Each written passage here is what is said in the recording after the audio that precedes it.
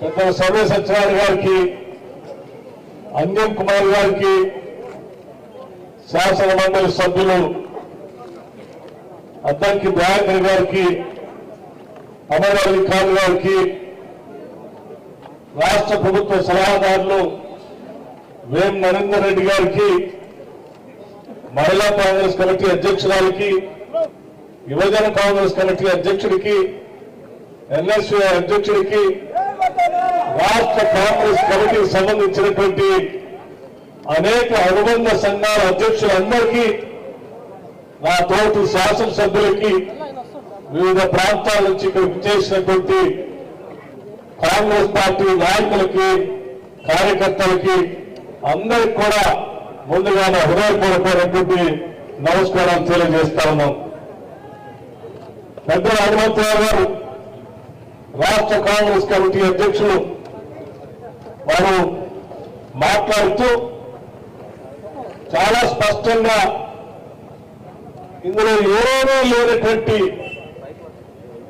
ధన మార్పిడి ఎక్కడా జరగనటువంటి దాంట్లో ధనం మార్పిడి జరిగిందని, మనీ లాండరింగ్ జరిగిందని, తప్పుడు కేసులు పెట్టిన మన నాయకత్వం పైన మనమందరం కలిసి ఈరోజు ఇక్కడ సమావేశం ఏర్పాటు చేసుకొని భారతీయ జనతా పార్టీ కేంద్ర ప్రభుత్వం చేస్తున్న తప్పిదాల్ని ఈ దేశానికి, ప్రపంచానికి తెలియజెప్పే కార్యక్రమంలో భాగంగానే ఇక్కడ మనం కార్యక్రమాన్ని ఏర్పాటు చేసుకున్నాం. అంతేకాని భారతీయ జనతా పార్టీ కేంద్ర ప్రభుత్వం ఏదో కేసులు పెట్టింది, ఆ కేసులకు భయపడి ఇక్కడ మనం కూర్చోలేం. ఇక్కడ కూర్చోవడం వల్ల వాస్తవ విషయాలు దేశానికి, ప్రపంచానికి తెలియాలని శాంతియుత మార్గంలో ఇక్కడ కూర్చొని దేశానికి, ప్రపంచానికి తెలియజేస్తా ఉన్నాం. 3 అంశాలు ఉన్నాయి. ఒకటి గాంధీ కుటుంబం, 2 కాంగ్రెస్ పార్టీ, 3 నేషనల్ హెరాల్డ్ పేపర్. మనందరికీ తెలుసు ఈనాటి కాంగ్రెస్ పార్టీకి నాయకత్వం ఇస్తున్నటువంటి పెద్దలు మల్లికార్జున ఖార్గే గారి నాయకత్వంలో శ్రీమతి సోనియా గాంధీ గారు కానీ, రాహుల్ గాంధీ గారు కానీ కేసులకి భయపడతారో లేకపోతే ఇంకో దానికి భయపడతారన్నటువంటి ఆలోచన మనందరికీ తెలిసిందే. ఎందుకంటే రాహుల్ గాంధీ గారి ఒంట్లో పారుతున్నటువంటి రక్తం ఈ దేశం కోసం త్యాగాలు చేసినటువంటి వారి పూర్వీకులు చేసినటువంటి త్యాగాలు వారి ఒంట్లో రక్తంగా ఈరోజు ప్రవహిస్తారు. మనందరికీ తెలిసిందే. ఆనాడు కూతురు జవహర్లాల్ నెహ్రూ గారు ఈ దేశ స్వాతంత్రం కోసం కేసులు పెడతా అంటే, జైల్లో పెడతా అంటే భయపడకుండా దశాబ్ద కాలం పైబడి ఈ దేశ స్వాతంత్రం కోసం జైలుకు వెళ్ళారు తప్ప ఎక్కడ బ్రిటిష్ వాళ్ళకి తల ఒక్కలేదు, తల దించలేదు. ఈ దేశానికి స్వాతంత్రానికి పోరాటమే చేశాడు.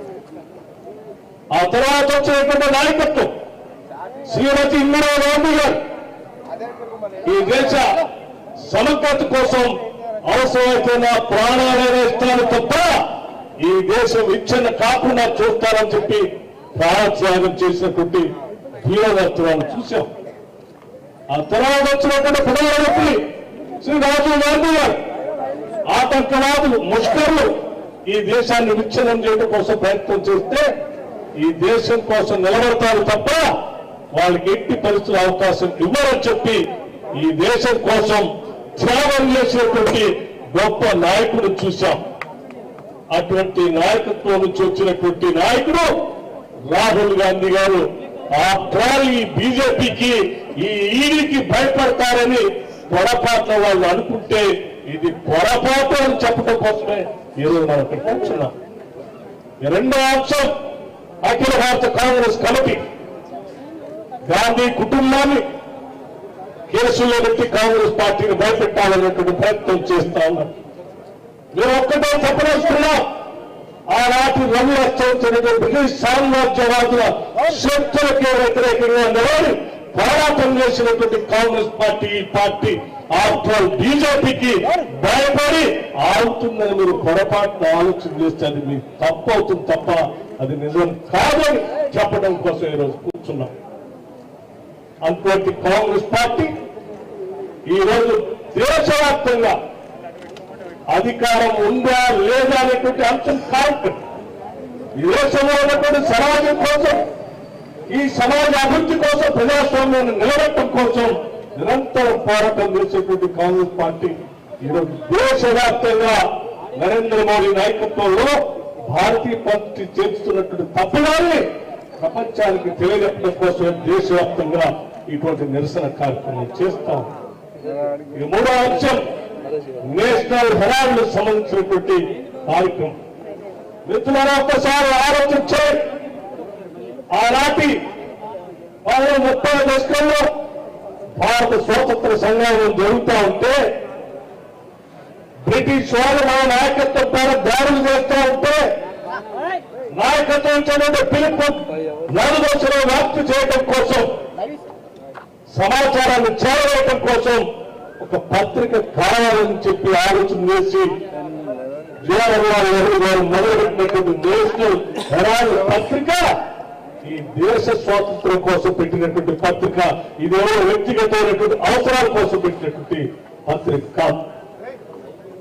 డబ్బులు రూపాయి భోగేష్ ఆనాడు బ్రిటిష్ వాళ్ళకు వ్యతిరేకంగా ఈ దేశంలో నలుమూలలా కూడా భారతదేశ స్వతంత్ర సంగ్రామం యొక్క ఆలోచనలు ప్రతి ఊరికి చేర్చడం కోసం పెట్టినటువంటి ఆ పత్రిక బ్రిటిష్ వాళ్ళకి భయపడకుండా ఆనాటి నాయకత్వ సందేశాన్ని దేశవ్యాప్తంగా పంపించినటువంటి పత్రిక.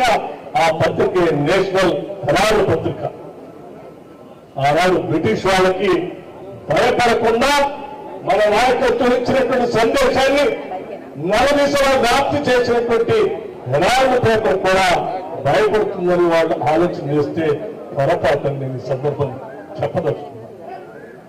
నేను గాంధీ కుటుంబం కానీ, కాంగ్రెస్ పార్టీ కానీ, నేషనల్ హెరాల్డ్ పేపర్ కానీ ఈ మూడు కూడా ఈ దేశ స్వాతంత్రం కోసమే పెద్ద ఎత్తున తప్పించి మరపురంగా ఉన్నటువంటి బ్రిటిష్ వాళ్ళని ఈ దేశం నుంచి బయటికి పంపించి ఈ దేశానికి సర్వ సత్తాక స్వతంత్ర భారతదేశాన్ని ఏర్పాటు చేసినటువంటి ఈ మూడు వ్యవస్థల్ని ఇలా భయపెట్టాలని మీరు ప్రయత్నం చేస్తే ఈ భయపడే మరి ఎవరు భయపడతా ఉన్నారు? ఎవరు భయపడతా ఉన్నారయ్యా అంటే ఇవాళ బీజేపీ భయపడతా ఉంది, కేంద్ర ప్రభుత్వం భయపడతా ఉంది. అటు రాహుల్ గాంధీ గారు కానీ, లేకపోతే అఖిల భారత కాంగ్రెస్ కమిటీ కానీ, లేకపోతే ఆనాటి స్వాతంత్ర సంగ్రామ చరిత్రను దేశంతో వివరించినటువంటి నేషనల్ హెరాల్డ్ పేపర్ ఈరోజు వీళ్ళిద్దరి సందేశాన్ని దేశవ్యాప్తంగా చేరిస్తే మన బతుకులలో మనం ఈ దేశంలో పుట్టరోజులు ఉండవని చెప్పి ఈరోజు భారతీయ జనతా పార్టీ భయపడి ఇటువంటి తప్పుడు కేసులు పెట్టి ఉడతూ ఊపులు ఊపటం కోసం ప్రయత్నం చేస్తా ఉంది. నేను ఒక్కటే చెప్పదలుచుకున్నా, ఉడతూపులకి భయపడేటువంటి పరిస్థితుల్లో ఈరోజు కాంగ్రెస్ పార్టీ లేదని చెప్పడం కోసమే ఇక్కడ ఈ సమావేశాన్ని ఏర్పాటు చేసుకున్నాం. మిత్రులారా, ఒక్కసారి ఆలోచించే ఒక నేషనల్ హెరాల్డ్ పేపర్ ఈ దేశంలో సమస్త జర్నలిస్టులందరూ కూడా ఆలోచించారు.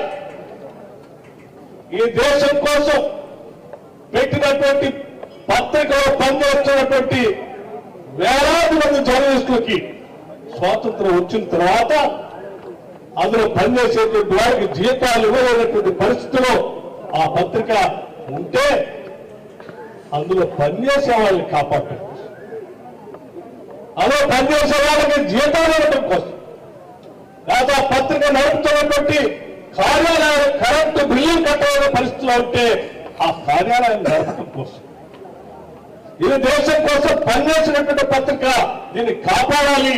ఇందులో పనిచేసేటువంటి వాళ్ళు త్యాగమూర్తులు, వాళ్ళందరూ కూడా జీతాలు ఇవ్వాలనేటువంటి ఒక ఉన్నతమైనటువంటి ఆలోచనతో ఆనాటి కాంగ్రెస్ పార్టీ ఒక నిర్ణయం తీసుకొని ఆ పేపర్లో పనిచేస్తున్నటువంటి వాళ్ళకి జీతాలు ఇవ్వటానికి, కరెంటు బిల్లులు కట్టడానికి కాంగ్రెస్ పార్టీ రూపాయలు చందా వేసి వచ్చినటువంటి డబ్బుతో వాళ్ళకి జీతాలు ఇస్తే అది తప్పని ఈరోజు ఎన్ఫోర్స్మెంట్ డైరెక్టరేట్ తో కేసులు పెట్టి ఛార్జ్ షీట్ చేపించి మీరు కార్యాలయాన్ని పిలిపిస్తా ఉన్నారే, ఇది న్యాయమా?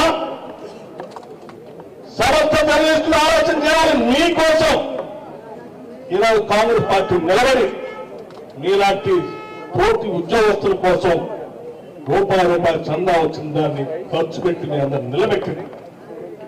తప్పుడు కార్యక్రమం చేస్తున్నటువంటి భారతీయ జనతా పార్టీ సంబంధించిన కేంద్ర ప్రభుత్వం నిర్ణయాలు ప్రతి జర్నలిస్టు ఈరోజు ఎండగట్టాల్సినటువంటి అవసరం ఉందని ఈ సందర్భంగా మీ అందరికి విజ్ఞప్తి చేస్తా ఉన్నా. ఇవాళ నాకు తెలుసు నరేంద్ర మోదీ గారు భయపడతారు, భారతీయ జనతా పార్టీ కూడా భయపడుతుంది. ఎందుకనంటే నిన్న కాక మొన్న గుజరాత్ రాష్ట్రంలో అఖిల భారత కాంగ్రెస్ కమిటీ ప్లీనరీ సమావేశంలో స్పష్టంగా 2-3 అంశాలు విధానపైన నిర్ణయాలు రాహుల్ గాంధీ గారు, మల్లికార్జున ఖర్గే గారు ప్రకటించారు. ఒకటి, మా ప్రభుత్వ అధికారంలో ఉన్నటువంటి తెలంగాణ రాష్ట్రంలో socio economic political cost surveys సమగ్రంగా మెటిక్యులస్ గా జరిపించి ఆ కుల గణన ద్వారా ఆ రాష్ట్రంలో ఉన్నటువంటి అనేక వర్గాలకు సంబంధించిన సమాచారాన్ని పూర్తిగా సేకరించాం. ఆ సేకరణ ద్వారా ఆ రాష్ట్రంలో 56% బీసీలు ఉన్నారని మిగతా వర్గాల వాళ్ళ లెక్కలతో సహా చెప్పాం. ఎవరి దగ్గర ఏ ఆస్తులు ఉన్నాయి, ఎవరి దగ్గర ఏ వనరులు పోతా ఉన్నాయి, ఏ వనరులు ఎవరికి పంచాలనేటువంటి ఆలోచన లెక్కల ద్వారా స్పష్టంగా సమగ్రమైన ప్రణాళికతో ఆ రాష్ట్రంలో అమలు చేయబోతున్నాం. ఇదే కార్యక్రమం దేశవ్యాప్తంగా చేయాలని చెప్పి అఖిల భారత కాంగ్రెస్ కమిటీ కార్యక్రమంలో ఆయన ఇచ్చినటువంటి పిలుపుకి ఈ రోజు మీరు భయపడ్డారు.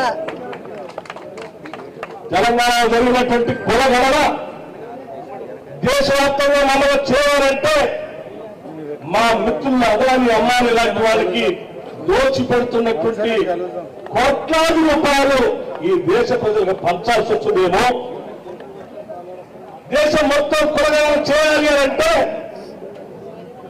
దేశంలో ఉన్నటువంటి అవేకరణని కోట్లాది మంది తాడిత పీడిత బలహీన వర్గాలకి సంబంధించినటువంటి వాళ్ళందరికీ వనరులు పంచాల్సి వస్తుందేమో. అలా పంచాల్సిన పరిస్థితి వస్తే మేము లేకపోతే కార్పొరేట్ సంస్థలతో బతుకుతున్నటువంటి ఆ సంస్థలో మా పార్టీ పరిస్థితి ఏమైపోతుందని భయానికి రోజు అటువంటి సందేశం దేశవ్యాప్తంగా చేరకుండా ఉండాలనేటువంటి ఆలోచనతో ఇవాళ రాహుల్ గాంధీ, సోనియా గాంధీ గారి పైన కేసులు పెట్టి ఈ దేశంలో జరగకుండా చూడాలనేటువంటి ఒక పెద్ద కుట్ర ఈరోజు దేశంలో జరుగుతుంది. ఆ కుట్రలో భాగమే ఈరోజు ఈడీ ద్వారా పెట్టినటువంటి కేసు. అంతేకాదు మల్లికార్జున ఖర్గే గారు ఇంకొక పిలుపు కూడా ఇచ్చారు. దేశవ్యాప్తంగా ఈవీ మిషన్ కాదు బ్యాలెట్ పేపర్ కావాలని అడిగారు. ఈ దేశంలో బ్యాలెట్ పేపర్ లేకుండా ఈవీ మిషన్ల ద్వారా మేము చేస్తున్నటువంటి దురావతం వల్ల దేశంలో ఉన్నటువంటి సామాన్యులందరూ కూడా ప్రజాస్వామ్యం మీద నమ్మకం పోతుంది. నమ్మకం కలిగించాల్సిన బాధ్యత ఈ ప్రజాస్వామ్య దేశంగా మనందరిపైన ఉంది. కాబట్టి తిరిగి పేపర్ బ్యాలెట్ తీసుకోండి అని పిలిపించారు. మూడో కార్యక్రమం, గుజరాత్ రాష్ట్రానికి వస్తున్నాం, కాసుకో నరేంద్ర మోడీ అని రాహుల్ గాంధీ గారు అక్కడ వ్యాఖ్య వేశారు. ఈ 3 అంశాలు ఈరోజు బీజేపీని భయపెడతా ఉన్నాయి, కేంద్ర ప్రభుత్వాన్ని భయపెడతా ఉన్నాయి. ఆ భయానికే ఇటు గాంధీ కుటుంబం పైన ఇటువంటి తప్పుడు కేసులు పెట్టి వాళ్ళు అక్కడ భయపెట్టి కూర్చోబెడితే దేశంలో